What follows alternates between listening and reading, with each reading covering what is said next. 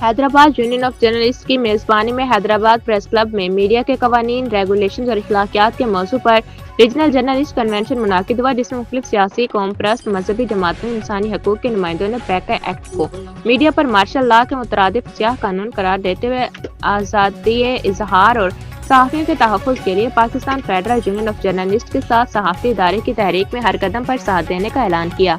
इस मौके पर Pakistan federal union of journalist के मरकजी सदर अफजल भट्ट ने सदारती खिताब करते हुए कहा कि पैका एक्ट के तहत सहाफ़ियों, आम शहरियों के खिलाफ कानूनी कार्रवाइयाँ शुरू की जा चुकी हैं। PFUJ पैका एक्ट में आज़ादी इजहार, सहाफ़ती अखलाकियात से मुतालिक मुस्बत तरामीम के लिए सिंध समेत पूरे मुल्क के सहाफ़ियों, सियासी जमातों, सिविल सोसाइटी, वकील बरादरी से मशावरत करके तजावीज़ हासिल कर रही है ताकि इस कानून के गलत इस्तेमाल को रोका जा सके, सहाफ़त की आज़ादी और सहाफ़ियों के तहफ़्फ़ुज़ को कानूनी तहफ़्फ़ुज़ फराहम किया जा सके।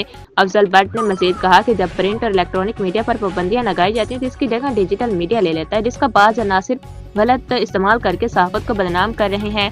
PFUJ ने पहले दिन से ही पैका एक्ट को मुस्तरद कर दिया, मगर सिर्फ मुस्तरद करके खामोश बैठना हल नहीं।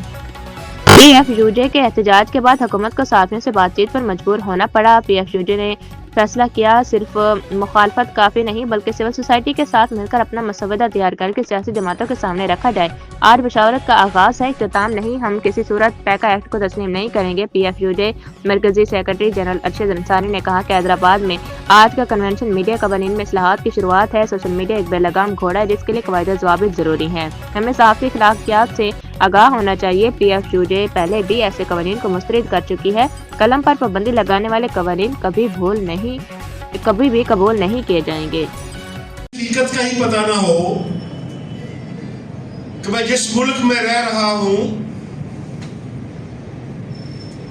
जिस मुल्क में जद्दोजहद के लिए दोस्तों को निकालना चाह रहा हूं, वहां सूरत हाल क्या है।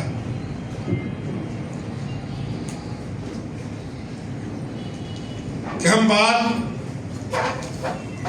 तो पहले दिन मुस्तरद कर चुके हैं। पीका को किसने क्या माना? PFUJ ने। तो क्या हुआ?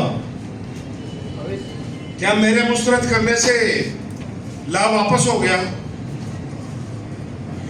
क्या मेरे मुस्तरद करने से लोगों की गिरफ्तारियां रुक गई? मैं उस वक्त भी मायूसी और खौफ हो तो फिर आपको मूवमेंट जीरो से शुरू करना पड़ता, जिसके लिए पहले आपने लोगों के दरवाजों पे दस्तक देना होती है, फिर अपना चार्टर तैयार करना होता है, फिर पॉलिटिकल पार्टीज के पास जाना होता है, सिविल सोसाइटी के पास जाना होता है, अवेयरनेस क्रिएट करनी होती है। मीडिया को रोक दिया गया, सोशल मीडिया पे चल गया कि वो जो है सुसाइड अटैक था, तो लोग आपकी तरफ क्यों आएंगे? लिहाजा ये बुनियादी चीजें हैं जिस पर गुफ्तगू करने की जरूरत है।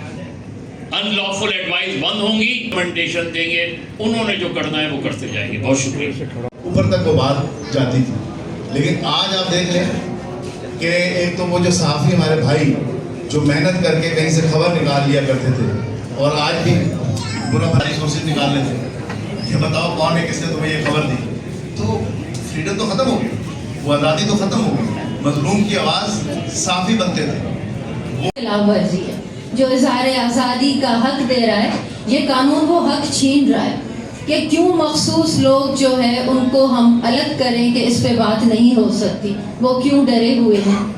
तो यही है कि इस पे बात भी होनी चाहिए और इसको ख़त्म भी होना चाहिए, और कवानीन अवामी जद्दोजहद से और सियासी जद्दोजहद से ये ज़रूर रद्द होगा, ये हमें यकीन है।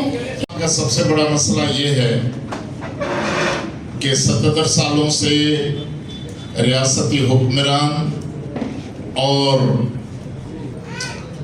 उन्होंने अवामी ताकत का अंदाज़ा लगा लिया है कि किस हल्के से हालात इस तरह होंगे।